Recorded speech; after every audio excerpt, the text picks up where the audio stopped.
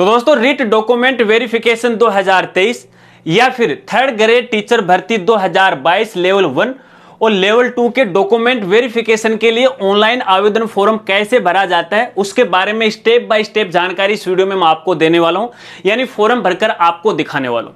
अगर आपको भी ये फॉर्म भरना है तो इस वीडियो के साथ वो आप बने रहे, क्योंकि इस वीडियो में मैं आपको फॉर्म भरते समय आपको किन किन बातों को ध्यान में रखना वो जानकारी भी आपको बताऊंगा। नमस्कार साथियों, मैं हूं आपका अपना साथी राज गुरजी और आप देख रहे हैं राज स्कूल हेल्प यूट्यूब चैनल।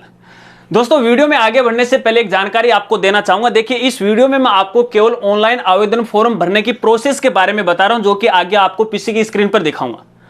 लेकिन आवेदन फॉर्म भरने से पहले आपको डॉक्यूमेंट के बारे में जान लेना चाहिए, दस्तावेज के बारे में आपको जान लेना चाहिए कि किस तरह से आपके डॉक्यूमेंट वेरिफिकेशन होने वाले हैं, आपको कौन कौन से दस्तावेज या डॉक्यूमेंट की आवश्यकता पड़ने वाली। और इसके लिए हमारी अलग से वीडियो है जिसका लिंक आपको वीडियो की डिस्क्रिप्शन में मिल जाएगा, वो जाके देख लीजिएगा।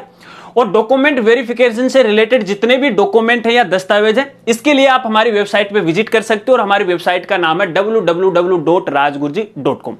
चलिए मैं आपको सीधा अपने पीसी की स्क्रीन पर लेकर चलता हूं और वहां पे आपको पूरी प्रोसेस बताता हूं कि किस तरह से आपको डॉक्यूमेंट वेरिफिकेशन के लिए ऑनलाइन आवेदन फॉर्म है वो भरना है। तो इसके लिए सबसे पहले तो आपको अपनी SSO ID में लॉगिन करना पड़ेगा, क्योंकि ये जो फॉर्म है केवल और केवल आपकी SSO ID से ही आपको भरना पड़ेगा। अब SSO ID में किस तरह से लॉगिन किया जाता है इसके बारे में बताने की आवश्यकता नहीं है, क्योंकि आप लॉगिन करके वो थक चुके हो। डायरेक्ट आपको लॉगिन होना है। लॉगिन होने के बाद यहाँ पे देखिए आपको एक ऑप्शन मिल जाता है या एप्लीकेशन आपको मिल जाती है रिक्रूटमेंट पोर्टल। आपको इसी वाले लिंक पे क्लिक करना पड़ता है। अब जैसे आप इस पे क्लिक करोगे तो आपकी जो SSO ID है वो रिक्रूटमेंट पोर्टल पे रीडायरेक्ट हो जाएगी और इस तरह से इंटरफेस आपको दिखाई देगा। अब यहाँ पे देखिए आपको काफी सारे ऑप्शन है वो नजर आते हैं। यहाँ पे एक ऑप्शन आपको मिलेगा माई रिक्रूटमेंट, आपको इसी वाले ऑप्शन पे क्लिक करना है। अब जैसे आप इस पे क्लिक करोगे तो क्लिक करने के बाद आपके द्वारा अपनी SSO ID से जितने भी आवेदन फॉर्म भरे गए उनकी लिस्ट आपको नजर आएगी। अब यहाँ पे लिस्ट पे आपको नजर डालने की कोई आवश्यकता नहीं है, आपको नजर डालने की आवश्यकता यहाँ पे देखिए लास्ट में एक ऑप्शन आपको मिल जाएगा डिटेल फॉर्म कम सेक्रेटरी। इस वाले ऑप्शन पे आपको यहाँ पे क्लिक करना है। अब जैसे आप इस पे क्लिक करोगे तो भैया आपके सामने देखिए आपने यहाँ पे देखिए थर्ड ग्रेड टीचर भर्ती 2023 के लिए जो आवेदन किया था या फिर 22 के लिए आवेदन किया था, जिसके अंदर आप क्वालिफिकेशन हो चुके हो, भैया उसकी लिस्ट आपको यहाँ पे नजर आ जाएगी। अगर आपका लेवल 1 है तो उसकी लिस्ट आपको नजर आ जाएगी, 2 है और जो सब्जेक्ट के लिए आपने आवेदन किया है तो उसकी लिस्ट आपको नजर आएगी। हालांकि मेरे केस के अंदर यहाँ पे देखिए लेवल 2 की नजर आ रही है, जो कि केवल इंग्लिश सब्जेक्ट के लिए है। तो आपकी जानकारी के लिए बताना चाहूंगा, देखिए सब में जो आवेदन फॉर्म भरने की जो प्रोसेस होती है वो सेम की सेम होती है, तो आपको कंफ्यूज नहीं होना है। इस बात को आपको खास तौर पर ध्यान रखना है, ठीक है ना। चलिए यहाँ पे उसके आगे आपको अप्लाई का ऑप्शन मिलेगा, इस वाले ऑप्शन पे आपको क्लिक करना है। इस तरह से एक इंस्ट्रक्शन आपको मिलेगा, पॉपअप मेनू आएगा, यहाँ पे टिक लगाना है। और यहाँ पे देखिए ज्यादा कुछ नहीं बोला जा रहा है कि भैया फॉर्म फाइनल सबमिट करने से पहले जितना आप एडिट करना चाहो ना वो कर सकते हो, सीधा मतलब इसका यही है। ओके वाले ऑप्शन पे आपको यहाँ पे क्लिक करना है। उसके बाद फिर से एक पॉपअप मेनू आ जाएगा, यहाँ पे आपको टिक लगाना और यहाँ पे देखिए एक लिंक दिया गया है, इस वाले लिंक पे आपको क्लिक करना है और यहाँ पे कुछ दिशा निर्देश दिए गए हैं, भैया आराम से पढ़ लीजिएगा, ठीक है ना। वैसे मैं यहाँ पे पढ़ के आपको नहीं सुनाऊंगा, अगर इनको आपको डाउनलोड करना है तो यहीं से आप डाउनलोड कर सकते हो या फिर हमारी जो वेबसाइट है यहाँ पर भी आपको मिल जाएंगे। जो वाले जो मेनू मिलेगा इस पर आप क्लिक करोगे तो यहाँ पे आपको मिल जाएगा, डाउनलोड कर लीजिएगा। खैर कोई बात नहीं, दिशा निर्देश की अपन बात नहीं करेंगे, सीधे ओके वाले ऑप्शन पे अपन क्लिक करते हैं। अब जैसे आप इस पे क्लिक करोगे तो देखिए भैया इस तरह से आपके सामने एक बड़ा सा फॉर्म है वो ओपन हो जाएगा, जहां पर आपके बारे में कुछ बेसिक जानकारी आपको भरनी पड़ेगी। और यहाँ पे देखिए कुछ इन्फॉर्मेशन तो ऑटोमेटिक आ चुके हैं जिसमें आप किसी प्रकार का कोई परिवर्तन नहीं कर सकते, इस बात को आपको खास तौर पे ध्यान रखना है। और यहाँ पे देखिए इस फॉर्म की काफी सारी स्टेप है, 5-6 स्टेप है, सभी स्टेप को आपको यहाँ पे वो कंप्लीट करना है, ठीक है ना। सबसे पहले जो स्टेप आती है जिसके अंदर आता है बेसिक डिटेल, और बेसिक डिटेल के अंदर देखिए सबसे पहले आपका रोल नंबर आ गया, ऑटोमेटिक आ गया, आपके आवेदन क्रमांक वो भी ऑटोमेटिक आ गए। यहाँ पे मेरिट क्रमांक है, फिलहाल इसकी आवश्यकता नहीं है। विज्ञापन संख्या है वो भी यहाँ पे आ चुकी है, ठीक है। यहाँ पे देखिए पद कोड क्रम संख्या आपको भरना पड़ेगा। और दोस्तों इसको लेके बहुत सारे साथी हैं वो कंफ्यूज हो जाते हैं कि आखिरकार पद कोड कौन सा है, क्रम संख्या कौन सा है। क्योंकि भैया यहाँ पे देखिए राजस्थान कर्मचारी चयन बोर्ड के द्वारा जो भी देखिए थर्ड ग्रेड टीचर भर्ती के लिए जो भी नोटिफिकेशन जारी किया गया था किसी समय, यानी बहुत पहले किया गया था 2022 के अंदर, तो यहाँ पर देखिए पद कोड के बारे में तो कोई जानकारी नहीं दी गई है। तो ऐसे में यहाँ पे अपन कौन सा पद कोड है वो भरना है। तो दोस्तों आपको यहाँ पे कहना चाहूंगा, यहाँ पे इसको खाली छोड़ देना, इसका कोई मतलब नहीं है, ठीक है ना। क्योंकि यहाँ पे पद कोड फिलहाल नहीं है। अगर वैसे भी आप भरना चाहो तो यहाँ पे L1 और L2 है वो भर सकते हो। लेकिन आपकी जानकारी के लिए यहाँ पे बताना चाहूंगा, देखिए जिन कॉलम के अंदर यहाँ पे देखिए स्टार मार्क लगा होना वो कॉलम आपको भरना कंपलसरी होगा। और यहाँ पे देखिए कोई भी स्टार मार्क है वो नहीं लगा हुआ है, तो ऐसे में इसको आपको भरने की कोई आवश्यकता नहीं है, आप इसे खाली छोड़ सकते हो, किसी प्रकार की कोई परेशानी आपको नहीं आने वाली। ये राजगुरु जी का दावा है, ठीक है ना। उसके बाद पद कोड है वो ऑटोमेटिक आ गया, आपका नाम है यहाँ पे देखिए इंग्लिश में ऑटोमेटिक आ गया। उसके बाद यहाँ पे कैंडिडेट का जो नाम है हिंदी में आपको भरना है, ध्यान रखना हिंदी में बिल्कुल सही सही आपको यहाँ पे भरना। जैसे आप इस पे क्लिक करोगे तो भैया आराम से वो भर लीजिएगा, इस बात को आपको खास तौर पे ध्यान रखना है। अगर वैसे आप नहीं भर सकते हैं तो यहाँ पे देखिए मैं जो गूगल इनपुट है इसको मैं यूज करता हूँ ज्यादातर आपके लिए। तो यहाँ पे देखिए मैं सीधा यहाँ पे लिखता हूँ जो भी यहाँ पे नाम है, देखिए मैं यहाँ पे लिखता हूँ, ठीक है ना, ठीक है, अनूप कुमार शर्मा, देखिए मैंने यहाँ पे लिख दिया और एक्सेप्ट वाले ऑप्शन पे क्लिक करना। मैं सीधा यहाँ पे भरता हूँ, देखिए मेरी मर्जी से मैं भरता हूँ, आपको अपने हिसाब से भर लेना, लेकिन आपको यहाँ पे हिंदी में भरना है, ठीक है। चलिए उसके बाद यहाँ पे देखिए आपको पिता का नाम है वो आपको हिंदी में भरना है। चलिए बाद में भर लेते हैं अपन, पहले मैं आपको उसकी बेसिक जो जानकारी है आपको यहाँ पे वो बता देता हूँ। माता का नाम आ गया, आपकी जन्म तिथि आ गई, एज है वो कंप्लीट आ गई। यहाँ पे देखिए कुछ ऑप्शन है उसमें आप किसी प्रकार का चेंज वो नहीं कर सकते। अब यहाँ पे देखिए वैवाहिक स्थिति के अंदर आपने जब ऑनलाइन आवेदन फॉर्म भरा था भैया एग्जाम के लिए, तो उसमें आपने मैरिड दिखाया था। तो अब यहाँ पे देखिए यदि आप औरत हैं तो अपने पति का नाम लिखिएगा, यदि आप आदमी हैं, मैन हैं और लड़के हैं तो आप अपनी पत्नी का नाम यहाँ पे लिखिएगा। प्यारा प्यारा सा नाम है, आराम से लिख दीजिएगा, कोई दिक्कत नहीं है। उसके बाद आपका भैया ये जो संबंध है वो कब हुआ था, यानी आपकी शादी है वो कब हुई थी।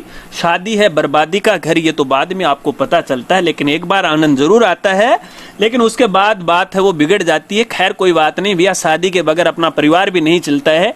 और अपनी अर्धांगिनी जो होती है ना वो अपनी एक पत्नी होती है और पति के लिए अपना पति होता है, इसके बगैर जिंदगी अधूरी है। मैं तो लास्ट में ये कहना चाहूंगा।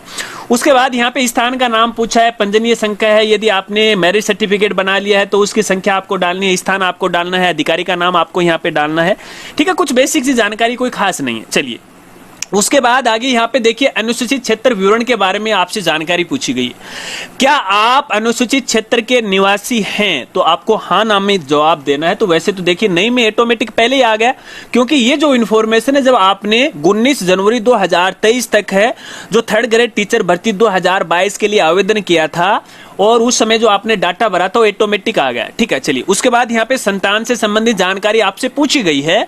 अब आपने उस समय तो केवल संख्या भरी थी कि भैया 1 जून 2002 से पहले इतनी हमारे यहाँ पे बालक बालिकाएं थे, और अब यहाँ पे देखिए भैया उनके नाम आपको डालने पड़ेंगे, ठीक है। उसका नाम आपको डालना है, उसकी जन्म तिथि आपको डालना है, ठीक है।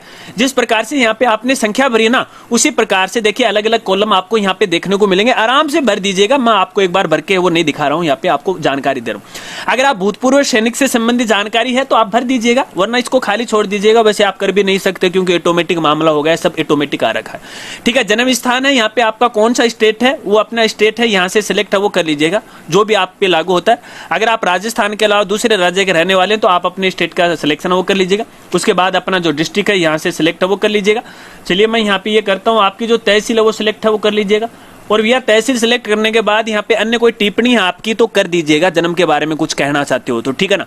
उसके बाद आपके पत्र व्यवहार का देखिए पूरा पता ऑटोमेटिक है वो आ जाता है यहाँ पे, ठीक है, क्योंकि पहले वाले फॉर्म से इसने उठा लिया। और उसके बाद यदि आपका पत्राचार का और आपका जो स्थायी पता एक है तो भैया देखिए यहाँ पे पहले किसी समय अपन आवेदन फॉर्म भरते तो यहाँ पे एक कॉलम आता था टिक लगाने का, वो तो यहाँ पे इन्होंने गायब कर दिया। अगर भैया यहाँ पे आपके दोनों ही एड्रेस एक जैसे हैं तो फिर से आपको दोबारा नए सिरे से है यहाँ पे स्थायी पता वो भरना पड़ेगा, आराम से भर लीजिएगा, कोई बात नहीं। इतना काम करने के बाद आपको सेव एंड नेक्स्ट वाले ऑप्शन पे क्लिक करना। लेकिन भैया ठहरिए जरा गौर से सुन लीजिएगा मेरी बात। यहाँ पे देखिए जो स्थायी पता है भैया यहाँ पे केवल और केवल आपको हिंदी भाषा में लिखना है, याद रखना है इसको, ओनली हिंदी भाषा में लिखना है। इंग्लिश तो देखिए ऑटोमेटिक यहाँ पे ऊपर आ चुकी है, कोई बात नहीं है, यहाँ पे कोई इंस्ट्रक्शन इन्होंने नहीं डाला है तो यहाँ पे रहने दीजिएगा। लेकिन नीचे वाले ऑप्शन में या यहाँ पे स्थायी पते में आपको हिंदी में आपको एड्रेस डालना है और फिर उसके बाद सेव एंड नेक्स्ट वाले ऑप्शन पे आपको क्लिक करना है। अब जैसे आप सेव एंड नेक्स्ट वाले ऑप्शन पे आप क्लिक करोगे तो आपकी स्टेप कंप्लीट हो जाएगी, स्टेप नंबर 2 हो जाएगी, जहाँ पे आपको क्वालिफिकेशन के बारे में जानकारी देनी है। और यहाँ पे देखिए हर एक कॉलम है वो बना हुआ है, वैसे आपने जिस समय आपने आवेदन फॉर्म भरा था तो उसमें आपने कुछ इन्फॉर्मेशन आपने भरी थी, तो देखिए वहां से ऑटोमेटिक इन्फॉर्मेशन उठ के यहाँ पे वो आ चुकी है, ठीक है ना। अब यहाँ पे दोस्तों आपको बताना चाहूंगा, देखिए जिस प्रकार से आपका लेवल है, जैसे लेवल 1 है, लेवल 2 है, उसी हिसाब से आपको यहाँ पे जो मिनिमम में जो क्वालिफिकेशन है आपको यहाँ पे ऐड है वो करना पड़ेगा, ठीक है ना। अब यहाँ पे देखिए कुछ कॉलम के अंदर तो देखिए ऑटोमेटिक यहाँ पे गुड का मार्क है वो लगा हुआ है, और कुछ के अंदर आप यहाँ पे देखोगे यहाँ पे बॉक्स है वो बिल्कुल खाली पड़ा है। अब जैसे आप इस पे यहाँ पे टिक लगाओगे तो टिक लगाने के बाद देखिए कॉलम है, देखिए फिलहाल यहाँ पे आप कोई भी क्लिक नहीं कर सकते। अब जैसे आप इस पे टिक लगाओगे तो देखिए कॉलम है वो खाली हो जाएगा, और यहाँ पे देखिए सबसे पहले तो आपका जो बोर्ड का नाम है, आपके जो विषय हैं, वर्ष हैं, रोल नंबर हैं, ये सारी डिटेल हैं आपको आराम से डालनी है। टोटल नंबर हैं और टोटल पूर्णांक कितना था, वो सारी जानकारी आपको एक एक करके वो यहाँ पे वो डालनी है, ठीक है। तो यहाँ पे देखिए 10वीं बारी की हो गई, फिर यहाँ पे देखिए बीए है, बीएससी, बीकॉम वगैरह वगैरह है यहाँ पे हो गई, ठीक है। स्नातक लेवल की होगी, उसके बाद यहाँ पे स्नातकोत्तर की लेकी होगी, यानी एमए, एमएससी वगैरह वगैरह होगी। उसके बाद जैसे आपकी बीएसटीसी है या फिर डीएलडी है या फिर अन्य कोई डिप्लोमा है, अगर लेवल 1 के लिए आप अप्लाई कर रहे हो। इसके बाद यदि आप लेवल 2 के लिए आवेदन कर रहे हो तो यहाँ पे देखिए आपके जो बीएड की डिग्री के बारे में जानकारी पूछी जाएगी, और रिट के जो सर्टिफिकेट है उसके बारे में आपसे यहाँ पे वो जानकारी पूछी जाएगी। अब यहाँ पे देखिए जो जानकारी आपको देखने को मिल रही है, तो आपने जिस समय आवेदन फॉर्म भरा था तो उसमें देखिए ऑटोमेटिक यहाँ पे कुछ तो आ गई। अगर नहीं आई है, जो जो इन्फॉर्मेशन आप भरना चाहते हो आराम से वो भर दीजिएगा, कोई दिक्कत नहीं है। अब आपको पता है कैसे भरना है, इन्फॉर्मेशन डालनी है, ज्यादा कोई खास जानकारी नहीं है। इसके अलावा यदि आपके पास कोई एक्स्ट्रा डॉक्यूमेंट है या फिर एक्स्ट्रा क्वालिफिकेशन है, कोई डिप्लोमा है, उसके अगर आप जानकारी यहाँ पे भरना चाहते हो तो भर सकते हो, लेकिन मैं आपको यहाँ पे कहना चाहूंगा कोई फायदा नहीं होगा। देखिए जिस समय आपने यहाँ पे 19 जनवरी 2023 को 3rd ग्रेड टीचर भर्ती 2022 के लिए आवेदन फॉर्म भरा था रिट क्वालिफिकेशन करने के बाद, और उस समय जो आपने एजुकेशन की इन्फॉर्मेशन डाली थी वही इन्फॉर्मेशन आप डालिएगा, एक्स्ट्रा डालने की कोई आवश्यकता नहीं, उससे आपको कोई भी फायदा नहीं होगा। अगर आपको इसके बारे में नहीं पता है, नियमों के बारे में नहीं पता है, तो भैया इसके लिए हमारी दूसरी वीडियो आप देख सकते हैं। यहाँ पे देखिए हमारी वाली वीडियो है, देखिए इसके अंदर इसका लिंक आपको वीडियो के डिस्क्रिप्शन में प्रोवाइड करवा दिया जाएगा, इसका क्या मतलब है वो समझ लीजिएगा। तो चलिए मैं यहाँ पे एजुकेशन क्वालिफिकेशन है एक एक है वो आराम से वो भर देता हूँ, उसके बाद आगे की स्टेप आपको बताता हूँ। तो देखिए दोस्तों इस प्रकार से हमने एजुकेशन इन्फॉर्मेशन फिल कर दी है, आपको भी इसी प्रकार से है वो फिल करना है और सही सही जानकारी भरना है, और साथ साथ में आपको डॉक्यूमेंट है या मार्कशीट वो भी अपलोड करना है। यहाँ पे आपको बताना चाहूंगा, नीचे देखिए आपको स्क्रॉल बार मिल जाता है, इसको आगे पीछे आपको यहाँ पे खिसकाना है, 2-3 कॉलम और आपको यहाँ पे नजर आएंगे, यहाँ पे आप देख सकते हैं, ये देखिए, और यहाँ पे कॉलम आपको नजर आएगा कोर्स अवधि महीनों में। तो यहाँ पे जो भी आपका कोर्स है, जो भी क्लास है, उसकी अवधि आपको लिखना है। तकरीबन वो 12 महीने की अवधि होती है, यानी 1 साल वो लग जाता है, वैसे एक्चुअल में 9-10 महीने का ये समय रहता है। लेकिन आपको बताना चाहूंगा, यदि यहाँ पे देखिए जो कोर्स 1 साल का है तो आपको 12 महीने लिखने हैं, 2 का है तो 24 लिखने हैं, 3 साल का है तो आपको 36 महीने लिखने। इसके बाद अगले वाले कॉलम में संबंधित यहाँ पे रिजल्ट की डेट आपको यहाँ पे लिखना है, और ये जो डेट है आपको संबंधित जो मार्कशीट है उसके लास्ट वाले हिस्से में सबसे नीचे आपको यह मिल जाएगी। इसके बाद आगे यहाँ पे आपको संबंधित मार्कशीट है वो अपलोड करना है। हालांकि मैं मार्कशीट पहले ही अपलोड कर चुका हूँ। यहाँ पे देखिए आपको ब्राउज का ऑप्शन है वो मिल जाता है, उसके द्वारा आपको अपलोड करना है और पीडीएफ फाइल में आपको यहाँ पे अपलोड करना है, ठीक है। इसके बाद दोस्तों यहाँ पे एक और खास जानकारी आपको देना चाहूंगा। देखिए इस कैंडिडेट के केस में यहाँ पे देखिए ये जो कॉलम है ये बाय डिफॉल्ट यहाँ पे चेक हो रखा है। मैं आपको जूम करके दिखाऊं तो आप यहाँ पे देखोगे यहाँ पहले से ही वो टिक लगा हुआ है। ये अपन यहाँ पे अनटिक है वो नहीं कर सकते, क्योंकि यहाँ पे देखिए ये जो इन्फॉर्मेशन पहले से ऑटोमेटिक आई हुई है। हालांकि ये बीएड के बारे में जानकारी है जो कि ऊपर हमने यहाँ पे डाल दी गई, आप यहाँ पे देख सकते हो। आपको बताना चाहूंगा यहाँ पे देखिए जो संबंधित कोर्स का नाम दिया गया है उसी के आगे आपको यहाँ पे इन्फॉर्मेशन डालना है। लेकिन यहाँ पे देखिए एक टेक्निकल इश्यू की वजह से यहाँ पे देखिए डुप्लीकेसी यहाँ पे नजर आ रही है। तो देखिए इसका तो समाधान हो जाएगा। फिर भी मान लीजिए ये स्टेप आगे नहीं बढ़ती है, दोबारा कॉलम में इन्फॉर्मेशन भरने के लिए बोल रहा है, तो आप दोबारा इन्फॉर्मेशन भर दीजिएगा, किसी प्रकार की कोई दिक्कत आपको नहीं आने वाली। चलिए इसके बाद दोस्तों आगे यहाँ पे देखिए शिक्षा संबंधी प्रमाण पत्र के बारे में पूछा है। यदि मान लीजिए यहाँ पे 19 जनवरी 2023 तक है, आपने संबंधित कोर्स है, बीएड है, बीएसटीसी के लिए आपने एग्जाम में बैठ गए, अभी तक आपका रिजल्ट नहीं आया है, रिजल्ट होल्ड रखा है, तो ऐसे में आपको यहाँ पे टिक लगाना है। यदि 2023 से पहले ही आपका रिजल्ट आएगा तब इसकी आपको आवश्यकता नहीं है। इसी तरह से यहाँ पे इंटर्नशिप की जानकारी आपको देनी है, और इसी तरह से नीचे यहाँ पे देखिए रजिस्ट्रेशन विवरण है, यदि लागू हो medical counselling, Rajasthan nursing counselling. अब ये क्या मामला है दोस्तों, अपन तो आवेदन फॉर्म तो 3rd ग्रेड टीचर भर्ती 2022 के लिए भर रहे हैं, और यहाँ पे भैया ये जानकारी पूछ रहा है मेडिकल काउंसलिंग और राजस्थान नर्सिंग काउंसलिंग। ये क्या मामला है? मुझे ऐसा लग रहा है कि ये जो रिक्रूटमेंट पोर्टल वाले हैं जिन्होंने ये आवेदन फॉर्म बनाया, उनका दिमाग है वो सटका गया है, यानी उसको कुछ भी नहीं पता है। लेकिन आपको बताना चाहूंगा, टेंशन नहीं लेना है, क्योंकि एक टेक्निकल एरर है, क्योंकि उस डिपार्टमेंट के द्वारा बहुत सारी एग्जाम करवाई जाती है, उसके लिए आवेदन फॉर्म भरवाए जाते हैं, तो सबका प्रारूप एक जैसा ही हो सकता है कि ये कॉलम हटाना वो भूल गए। खैर कोई बात नहीं, इसे आपको यहाँ पे एंटिक है वो करना है। इसके बाद यदि आपको आयोग के द्वारा कभी यहाँ पे दंडित किया गया है, ब्लैक लिस्ट में डाला गया है, तो वो जानकारी आपको भरनी है, ठीक है, अन्यथा इसको आपको टिक नहीं लगाना है। अब उसके बाद आपको सेव एंड नेक्स्ट वाले ऑप्शन पे क्लिक करना है। अब दोस्तों यहाँ पे देखिए आपके सामने एक एरर इस प्रकार का आ सकता है कि प्लीज इंटर प्रतिशत ग्रेड सीजीपीए वगैरह वगैरह। ओके वाले ऑप्शन पे आपको क्लिक करना है। यहाँ पे एक गलती रह गई, कौन सी गलती है वहां पे लेके आ जाएगा।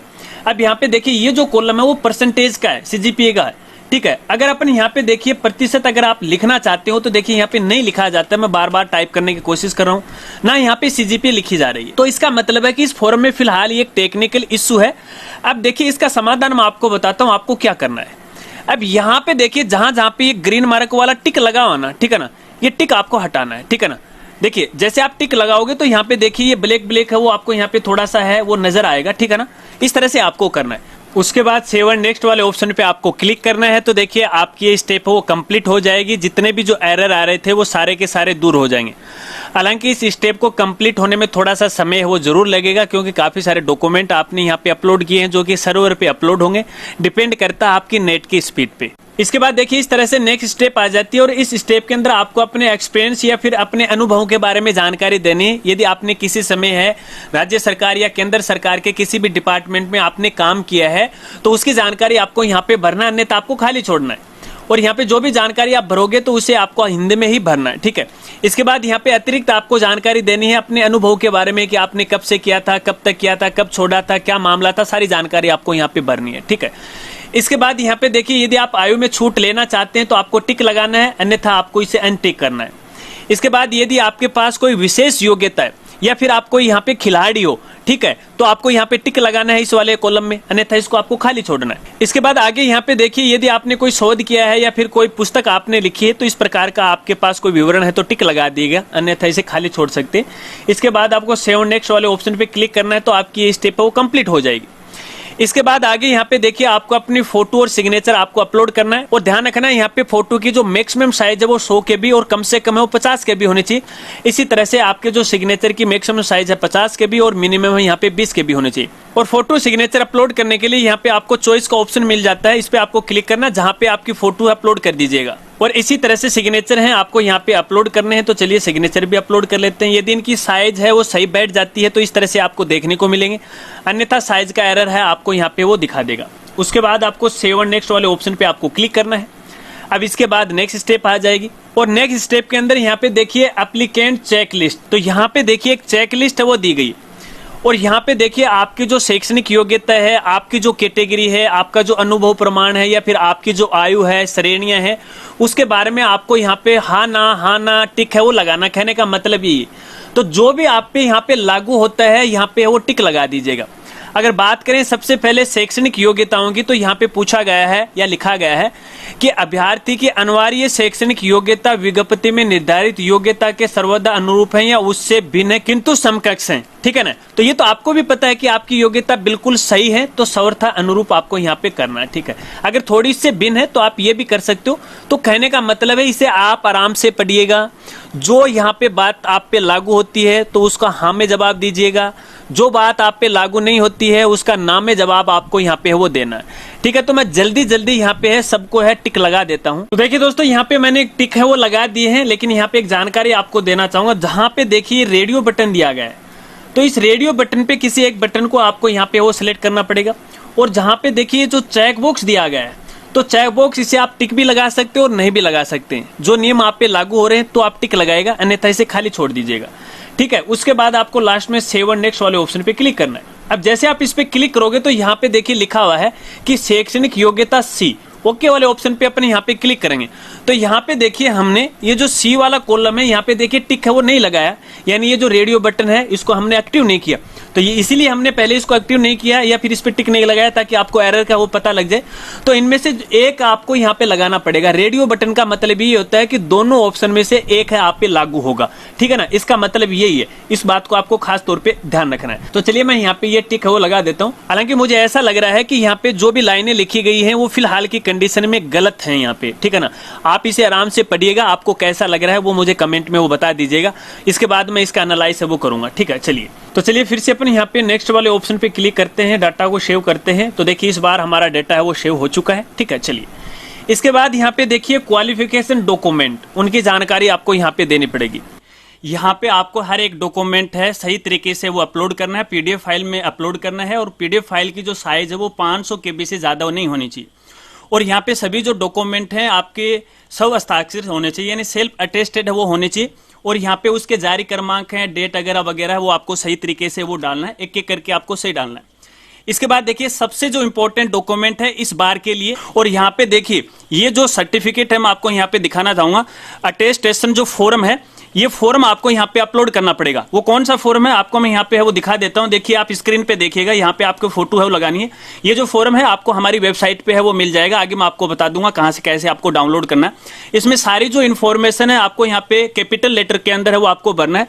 और दोस्तों आपको यहाँ पे बताना चाहूंगा, ये जो फॉर्म है ना, वैसे तो देखिए पुलिस वेरिफिकेशन का है। हालांकि इस फॉर्म की जो आवश्यकता हमें होती है या सर्टिफिकेट की आवश्यकता होती है जब हमारी ज्वाइनिंग होती है उस समय के लिए होती है, लेकिन इस बार इन्होंने यहाँ पे बदलाव कर दिया है।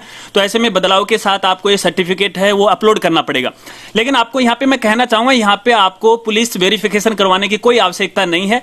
आप यहाँ पे कोई भी जो गजेटेड ऑफिसर है उससे सिग्नेचर आप करवा सकते हो। मैं आपको यहाँ पे दिखाऊंगा। देखिए लास्ट में इन्होंने बिल्कुल साफ साफ यहाँ पे लिखा कि certificate to be sign by a gazetted officer और मेंबर ऑफ लेजिस्लेटिव असेंबली। तो कहने का मतलब है या तो आप फर्स्ट ग्रेड का जो भी टीचर है, प्रिंसिपल रैंक का है, उससे आप अटेस्टेड करवा सकते हो, वो काम है चल जाएगा। किसी प्रकार की कोई दिक्कत है वो आपको नहीं आने वाली है। तो कहने का मतलब यही है कि आपको इसको अटेस्टेड करवा के वो अपलोड करना है। मैं वापस यहाँ पे पोर्टल की तरफ वो चलता हूँ। मेरे द्वारा देखिए सारे ही जो डॉक्यूमेंट हैं वो अपलोड कर दिए गए हैं और उनकी डेट है वो भी सही तरीके से वो डाल दी है। डेट का आपको खास तौर पर वो ध्यान रखना है। अब यहाँ पे दोस्तों देखिए आपकी जानकारी देना चाहूंगा। यहाँ पे देखिए एक लास्ट में अन्य प्रमाण पत्र है। देखिए यहाँ पे आपको अपना वो डॉक्यूमेंट अपलोड करना है जो जैसे आपका कास्ट सर्टिफिकेट आ गया या फिर अन्य कोई डॉक्यूमेंट है आपके पास, विकलांग का सर्टिफिकेट है या फिर आप कोई भूतपूर्व सैनिक हो वगैरह वगैरह। तो ये डॉक्यूमेंट आपको यहाँ पे अपलोड करने हैं। लेकिन यहाँ पर एक जानकारी और देना चाहूंगा, यहाँ पे देखिए एक एनओसी वाला डॉक्यूमेंट भी है जो कि ये सभी के लिए लागू नहीं होता है। ये उन कैंडिडेट के लिए लागू होगा जो कि स्टेट गवर्नमेंट या सेंट्रल गवर्नमेंट में कर्मचारी रहे और जिन्होंने अभी तक नौकरी नहीं छोड़ी है या फाइनली रिटायरमेंट है उन्होंने नहीं लिया है, तो उनके लिए एनओसी है, ठीक है। ये सबके लिए लागू नहीं है। अपने सभी डॉक्यूमेंट अपलोड करने के बाद दोस्तों आपको सेव एंड नेक्स्ट वाले ऑप्शन पे क्लिक करना है।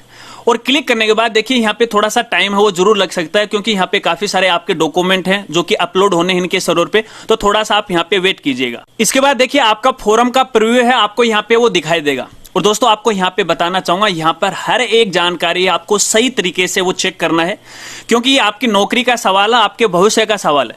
अब जो जो डिटेल आप यहाँ पे भर के लेके आए हो वो सारी इंफॉर्मेशन आपको है यहाँ पे वो दिखाई देगी। आराम से इसे चेक कीजिएगा।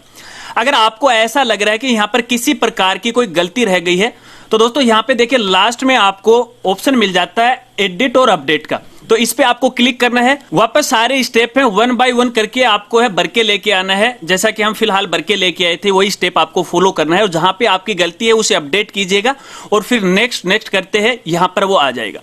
अब इसके बाद दोस्तों मान लीजिए आपने अपने फॉर्म का फाइनल वेरिफिकेशन कर लिया और फाइनल वेरिफिकेशन के बाद यहाँ पे देखिए इसका पेमेंट आपको करना पड़ेगा और इसे फाइनल सबमिट करना पड़ेगा। देखिए फिलहाल यहाँ पे इसका जो पेमेंट का स्टेटस आपको दिखाना चाहूंगा। यहाँ पे देखिए जो अंगूठे का निशान है वो नीचे की तरफ है और रेड कलर का है। यदि आपका पेमेंट सक्सेसफुली हो जाता है तो यहाँ पे देखिए जो कलर है वो तो ग्रीन कलर हो जाएगा और अंगूठे का निशान है वो ऊपर की तरफ हो जाएगा, जो कि आगे मैं आपको दिखा दूंगा किस तरह से होगा। और फाइनली आपको यहाँ पे देखिए ये जो इनकी घोषणा है इस पे आपको टिक लगाना है। ये जो बॉक्स है इस पर आपको टिक लगा देना है। अब इसके बाद दोस्तों आपको इसको फाइनल सबमिट करना है और इसके लिए लास्ट में देखिए आपको फाइनल सबमिट का ऑप्शन मिल जाता है। इस वाले ऑप्शन पे आपको यहाँ पे क्लिक करना है, ओके पे आपको फिर से क्लिक करना है। इसके बाद एक बार फिर से आपका फॉर्म इस तरह से आपको यहाँ पे वो दिखाई देगा। और ध्यान रखना एक बार फाइनल सबमिट करने के बाद इसमें आप किसी प्रकार का कोई करेक्शन नहीं कर पाओगे, तो इस बात को ध्यान रखना है। तो फाइनल सबमिट करने से पहले जो भी आपको करेक्शन करना है वो आराम से वो कर लीजिएगा। इसके बाद लास्ट में आपको इसका पेमेंट करना है और यहाँ पे लास्ट में ऑप्शन आपको मिल जाता है, मैं आपको जूम करके दिखाऊं, पे फीस, ठीक है ना।